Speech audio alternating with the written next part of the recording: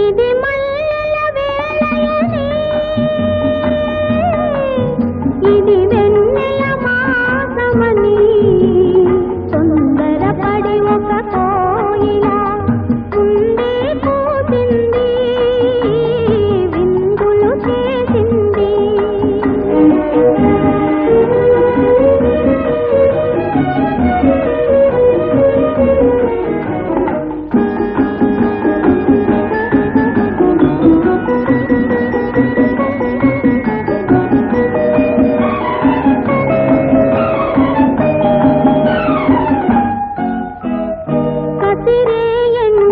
కాల్చునని